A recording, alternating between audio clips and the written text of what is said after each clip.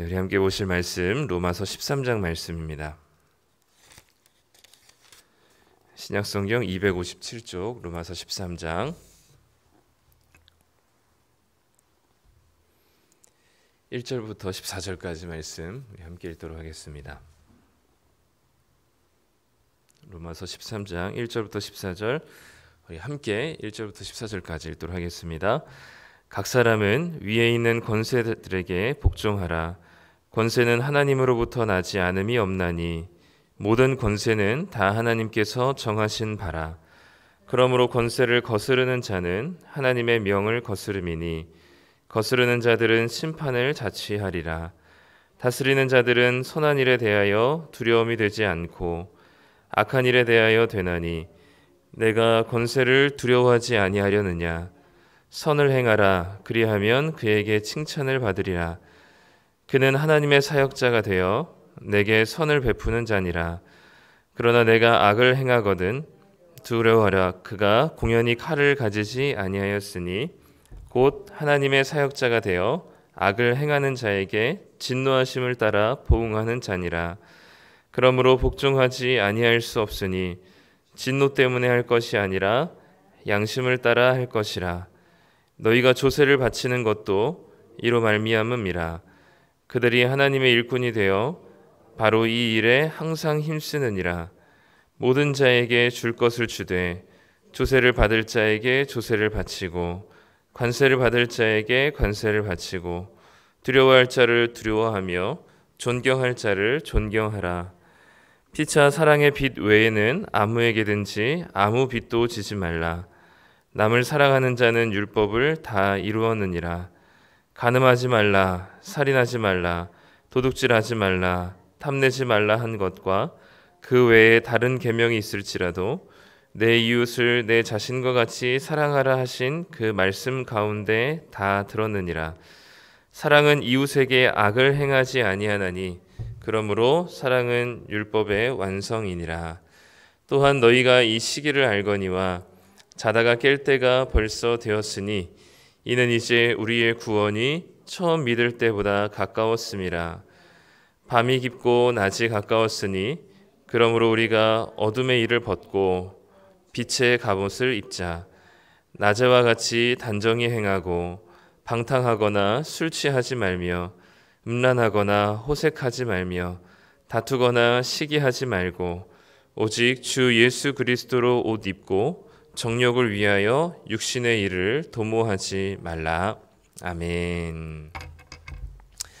네, 오늘도 우리 새벽에 나오신 성도님들을 환영하고 축복하고요. 또 오늘 기도 가운데 하나님의 응답이 또 주님의 이 평안이 있기를 소망합니다. 오늘 말씀은 조금은 현실적인 이야기이긴 한데요.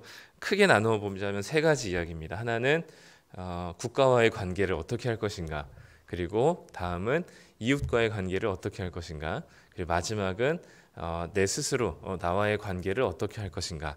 그래서 첫 번째는 1절부터 8절까지 7절까지 국가와의 관계가 어떤 것인지, 그리고 8절부터 10절까지는 이웃과의 관계가 어떤 것인지, 이제 그것을 사랑이라고 얘기하고요. 11절부터 14절까지 나와의 관계를 어떻게 할 것인지, 그것은 육신의 일을 도모하지 않고 거룩하게 행하는 것이죠. 그래서 이 세 가지 이야기를 이제 처음에는 이제 큰 덩어리 이야기로 국가에 대한 이야기, 그 다음에는 좀 좁혀서 옆에 있는 사람과의 이야기, 그 다음에 나와의 이야기를 통해서 어떻게 믿은 자, 그 예수 그리스도를 믿음으로 의롭다함을 받은 자가 어떻게 살아갈 것인지에 대한 이야기를 세 가지 영역으로 하고 있습니다. 뭐 지금도 마찬가지긴 하지만 바울 당시에서도 이 로마 제국을 어떻게 볼 것인가 한 문제가 굉장히 심각했었습니다. 뭐 그리스도인들뿐만 아니라 유대인들에게도 이런 문제들이 있었죠. 그래서 유대인들 중에서 친로마적인, 그러니까 로마 제국에 굉장히 친밀하고 이 로마 제국에 순응해야 된다고 생각했었던 사람들이 있었고요. 그리고 그 반대로 이 사람들과는 함께 할 수 없고 이 로마 제국은 악한 정부이기 때문에, 국가이기 때문에 이 나라를 빨리 뒤엎어서 하나님 나라로 바꿔야 된다고 생각했었던 사람들이 있었습니다. 예수님이 이 땅에 오셨을 때는 이 두 가지 모습 다 아니었던 것이죠. 네, 원래 이쪽 사람들도 그 예수님께 기대하던 바가 있었고, 또 저쪽 사람들도 예수님께 기대하던 바가 있었지만 예수님께서는 당장에 이 제국을 뒤엎으시고 또는 물리적으로 군사적으로 뭐 황제를 없애버리거나 그렇게 하시려고 이 땅에 오신 것도 아니었고, 그렇다고 그냥 이 제국에 순응하기 위해서 오신 것도 아니었습니다. 하나님 나라라는 것은 우리가 보기에 이제 물리적으로 군사적으로 뭔가 이 혁명을 일으키거나 폭동을 일으켜서 뒤바꿀 수 있는 그런 물리적인 변화가 아니라 바로 하나님께서 각 사람 마음 가운데 하나님 나라가 임하셔서 세상과는 다른 질서와 모양으로 살아가는 그리스도인들을 통하여서 하나님 나라를 세워가길 원하셨던 것이죠. 그래서 보기에는 하나님 나라가 굉장히 겨자씨 같아서 아무런 영향력 없어 보이지만 나중에는 진정으로 그 나라를 변화시키고 제국을 무릎 꿇릴 수 있는 세상을 무너뜨릴 수 있는 하나님 나라는 물리적인 이 변화가 아니라 이 하나님께서 주시는 이 내적인 그리고 심령의 변화를 통하여서 하나님께서 일하시는 거죠. 어쨌든 이제 이 로마 제국은 이제 교회를 핍박하게 될 것이기 때문에, 그리고 또 핍박하고 있었기 때문에 이 그리스도인들의 입장에서는 이 로마 제국을 어떻게 생각해야 될 것이냐, 정말 이 로마 제국의 핍박에 물리적으로 대항해서 싸울 것인가, 아니면 이것에 그냥 순응하고 또는 이 우리 그리스도인의 목소리를 내지 않고 그냥 제국이 하라는 대로, 정부가 하라는 대로 할 것인가, 이제 이런 것에 대한 딜레마가 항상 있었습니다. 근데 오늘 말씀에서는 기본적인 논조가 한 가지가 있는데요. 그거는 이 땅에 주신 모든 권세는 다 하나님으로부터 나왔기 때문에 기본적으로 권세에 복종해야 한다는 것입니다. 왜냐하면 하나님께서 그 권세를 이 땅에 허락하신 이유가 있어요. 달리 얘기하면 권력을, 하나님께서 세상 권력을 이 땅에 주신 이유가 있습니다. 그 이유는 뭐냐면 악을 행하는 자는 칼을 들고 이 국가가 징계하고 처벌을 하는 것이고, 선을 행한 자는 그 선을 계속해서 지속적으로 행할 수 있도록 칭찬하는 것이, 그러니까 선을 계속해서 권하는 것이고, 그리고 악에 대해서는 징벌하는 것, 그러니까 권선징악이 바로 이 국가가 해야 될 일이기 때문입니다. 사회적인 질서를 유지하기 위해서 하나님께서 이 권세를 이 땅에 허락하셨다는 것이죠.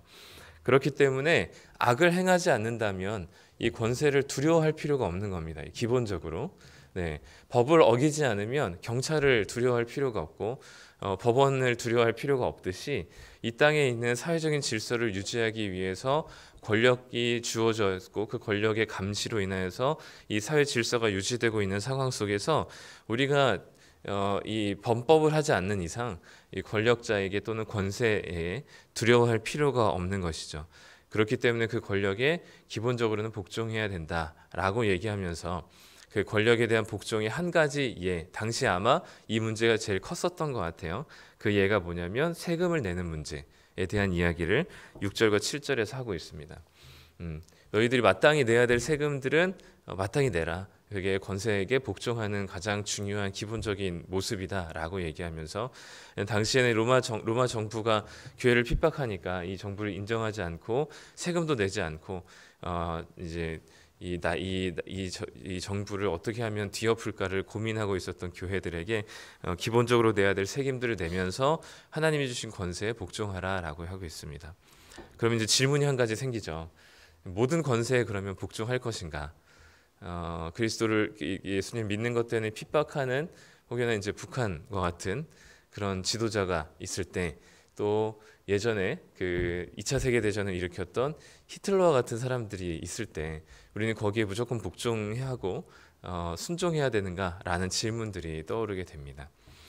여기에서는 명확하게 나오진 않지만 기본적으로 우리가 좀 여기 이면에 전제되어져 있는 이야기들이 몇 개 있다면, 첫 번째는 하나님께서 13장 1절에 보면 각 사람은 위에 있는 권세들에게 복종하라라고 되어 있습니다. 그러니까 이 얘기는 뭐냐면 권세자가 아니라 권세에 복종하라는 것이죠. 그러니까 하나님께서 국가 권력이라는 것을 허락하신 이유는 사회 질서를 유지하는 것이기 때문에 무정부를 얘기하고 있지 않습니다. 그러니까 국가라는 시스템을 인정하라는 거죠. 정부라는 시스템을 인정하라는 겁니다. 그 권세라는 시스템과 질서를 하나님께서 허락하신 것이기 때문에 권세자에 대한 무조건 순종이 아니라 하나님이 사회 질서를 유지하기 위해서 주신 이 사회적인 시스템과 이 질서에 대해서 순응하고 여기에 따라서 질서를 잘 지키는 것이 이제 이 권세에 복종하라는 예수님 하나님 말씀인 것이죠. 그래서 국가라는 질서를 받아들이는 것이지 국가 최고 권력자에 대한 절대 복종을 얘기하는 것은 아닙니다. 그렇고 권세를 주신 이유가 뭐였냐면 권선징악이거든요. 그래서 이 사회 질서를 유지하기 위한 겁니다.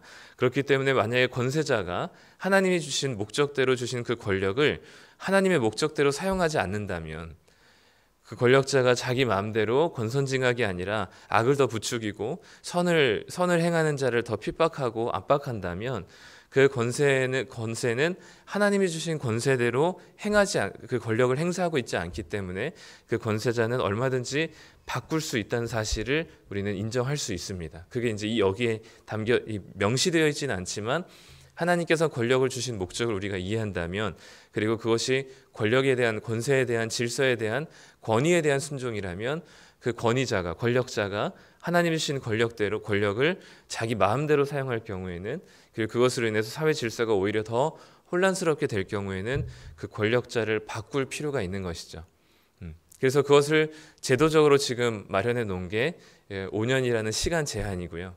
또 지난 2016년 겨울에 있었던 이제 합법적인 방식으로 물리적이고 폭력적인 방식이 아니라 합법적인 방식으로 이제 대통령을 바꾸는 그런 일들이 가능한 이유는, 그리고 그것이 기독교 안에서 또 성경적으로 틀리지 않았다는 사실은 이제 명백합니다. 그렇기 때문에 권력에 대한 권세라는 이제 질서를 하나님께서 허락하신 것이기 때문에 권세자들은 내가 정말 이것을 통해서 사회 질서를 잘 유지하고 있는지, 하나님이 주신 목적대로 선을 장려하고 악을 징계하고 있는지 이것들을 잘 살필 필요가 있고요. 또 일반 시민들은 기본적으로 권력에 대한 순종과 복종의 태도를 가지고 해야 될 시민의 의무들을 다 하고, 그럼에도 불구하고 이제 이 권력자가 권력을 자기 마음대로 휘두를 때는 시민의 역량으로 얼마든지 통치자들을 제대로 된 권력을 사용할 수 있는 권력자로, 통치자로 바꿀 수 있다는 사실을 보여줄 수 있습니다. 그렇기 때문에 무조건적인 순종 또는 절대 복종은 얘기를 하진 않고요. 기본적인 입장은 복종입니다. 그리고 그것에 대한 가장 명백한 이제 행위는 세금을 내는 것으로 얘기하고 있죠. 그렇기 때문에 고민하고 있는 교회들에게 바울이 그 이야기를 해주면서 이제는 이웃과의 관계 속에서, 이제 국가의 관계는 그렇게 정리하고 이웃과의 관계는 8절부터 10절까지인데요. 한마디로 사랑 외에는 없다 이 내용입니다. 사랑이 율법을 완성시킨다라는 이야기인데 아주 잘 설명이 되어 있어요. 왜냐하면 내가 이웃을 살인하지 말아야지라고 살인하지 말아야지 생각하는 것보다 이웃을 사랑하면 자동적으로 살인하지 않게 됩니다. 이웃을 사랑하면 그 이웃의 물건을 탐내지 않게 됩니다. 이웃을 사랑하면 그 이웃의 아내를 탐하지 않게 되는 것이죠. 그러니까 간음하지 말라, 살인하지 말라라는 그 수많은 계명, 10계명을 비롯한 여러 가지 이 땅에서 해야 될, 이웃에 대한 해코지하지 말아야 되는 기본적인 여러 가지 법칙들을 내가 이것을 잘 지켜야지가 아니라 그것을 뛰어넘어서 그냥 이웃을 사랑하면 자연스럽게 살인하지 않게 되고 간음하지 않게 되고 도둑질하지 않게 되고 탐하지 않게 된다는 거죠. 그렇기 때문에 율법을 온전히 이루기 위해서는 율법을 잘 지켜야지가 아니라 사랑하면 된다는 겁니다. 그렇기 때문에 사랑하면 모든 율법을 다 지킬 수 있기 때문에 사랑은 율법의 완성이다라고 얘기하는 거죠. 이웃에 대해서 율법을 지키기 위해서 애쓰기보다는 좀 더 차원을 뛰어넘어서 이웃을 사랑하면 자연적으로 율법을 다 지키게 되기 때문에 율법의 완성인 사랑으로 이웃을 사랑할 것을 요청합니다. 아까 앞에 국가와의 관계에도 약간 그런 부분들이 있어요. 5절에 보면은 이게 권세가 우리로 하여금 이 악에 대해서 이제 징벌하는 성격이 있기 때문에 5절에 보면 그러므로 복종하지 않을 수가 없다. 이 권력에 대해서 진노 때문에, 그러니까 이 악을 행했을 때 처벌받는 것 때문에 우리가 복종하는 것이 아니라 양심을 따라서 하는 거다. 이거는 벌받지 않기 위해서 국가 권력에 순종하는 게 아니라 양심에 따라서 기본적으로 해야 될 것을 넉넉히 하면 악을 행하지 않게 된다는 이야기를 하고 있는 거죠. 마찬가지로 이웃과의 관계에서도 악을, 그러니까 율법을 범하지 않기 위해서 애쓰기보다는 이웃을 사랑하면 율법을 범하지 않기 때문에 율법의 완성인 사랑으로 이웃과 관계 맺을 것을 요청합니다.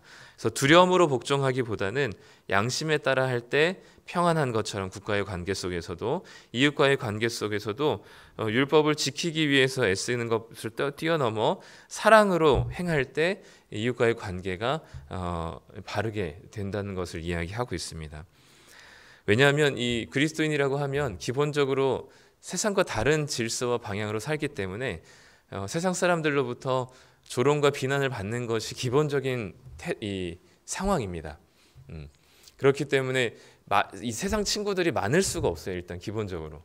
네. 근데 상황이 그런데 그렇다고 우리가 우리끼리만 살 수 있는 것이 아니기 때문에 이웃과의 관계 속에서 우리는 기꺼이 사랑으로 행하면 그 이웃들이 언젠가는, 그리고 옆에 있는 누군가들이, 세상 사람들이 언젠가는 그리스도인이라면 저렇게 사는 게 맞겠다라고 인정하고 본인이 그리스도인이 되지 않더라도 그렇게 되는 것이죠. 그렇게 될 수 있는 유일한 방법이 사랑인 것이죠.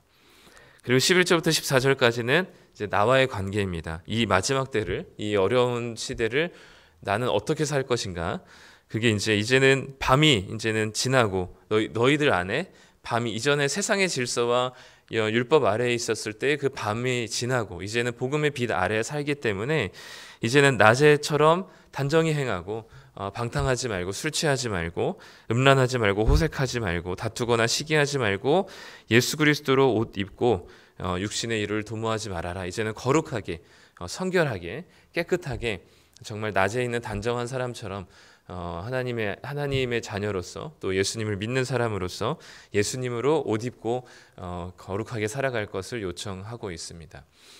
우리는 나 혼자 깨끗하게 거룩하게 잘 사는 것만으로 기독교의 전부라고 얘기할 수 없습니다. 우리는 이 세상 가운데 그리고 어떻게 살 것인가를 우리의 일상 가운데 누구와 관계를 맺으며 그 관계된 사람들과 또는 기관과 질서와 어떻게 우리는 살아갈 것인가를 모든 총체적인 것이 그리스도인의 삶의 모습입니다. 반대로 내 삶은 개판이고 또 막 허랑방탕하게 살면서 국가의 관계, 이웃과의 관계를 중요시 얘기하고 사랑에 대한 이야기를 하는 것도 어불성설이죠. 우리는 나와의 관계에서부터 시작하여서 이웃과의 관계, 그리고 국가와 이 세상과의 관계 속에서 어떻게 그리스도인으로 살아갈 것인지를 우리에게 늘 하나님께서 말씀하고 계시다는 사실 잊지 않으셨으면 좋겠고요.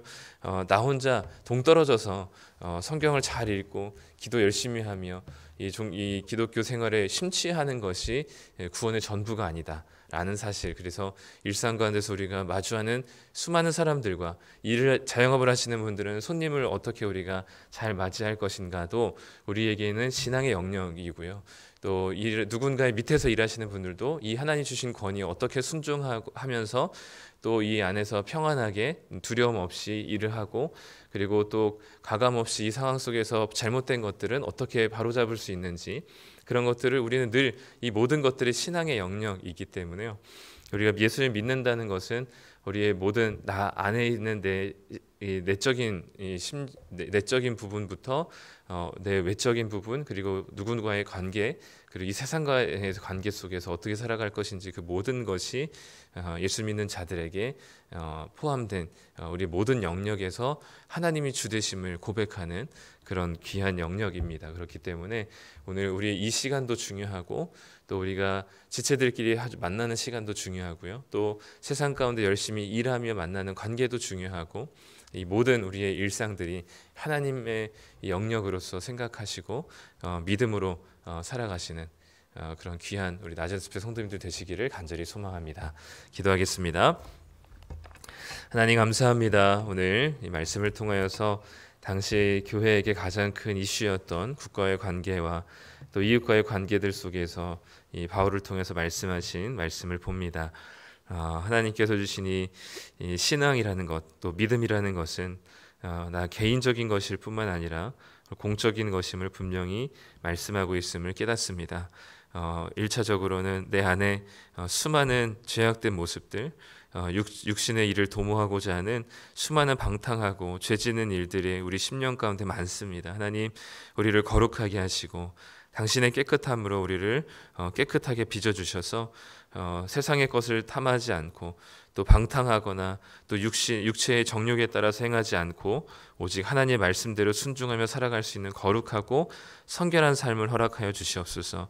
더구나 이것으로 끝나지 않고 이것으로 만족하지 않고 우리가 일상 가운데서 마주하는 수많은 사람들과 정말 하나님의 말씀 안에서 이웃을 사랑하며 또 친절하게 대하며 하나님께서 주신 사람들을 기꺼이 대접하고 환대하는 그런 귀한 그리스도인 되게 하여 주시며 이 세상 가운데서 정말 썩어져가는 또 어둠 가운데 있는 곳에서 빛과 같이 그리고 정말 소금과 같이 하나님께서 주신 귀한 말씀대로 순종하는 그리스도인의 모습들이 세상 곳곳 가운데 부패하고 썩어져가는 곳들을 깨끗하게 변화시킬 수 있는 놀라운 은혜를 허락하여 주시옵소서. 우리에게 주신 일상들이 하나님이 우리의 주님이심을 고백할 수 있는 우리의 신앙의 고백의 현장들이 되게 하시고 주님께서 우리를 변화시키시는 것이 교회 울타리 안에서뿐만 아니라 교회 울타리 밖에서 우리의 일상 가운데서도 하나님께서 우리의 주님 되심을 고백하며 살아갈 수 있는 놀라운 그리스도인의 신앙 고백이 우리 가운데 있게 하여 주시옵소서. 오늘 하루도 주님만을 붙들고 살기를 원하며 하나님의 사랑을 따라 사랑하기를 원하고 주님의 거룩하심을 따라 거룩하기를 원합니다. 주님께서 오늘 하루 우리의 일상을 붙들어 주시길 소망하며 예수님의 이름으로 기도드립니다. 아멘.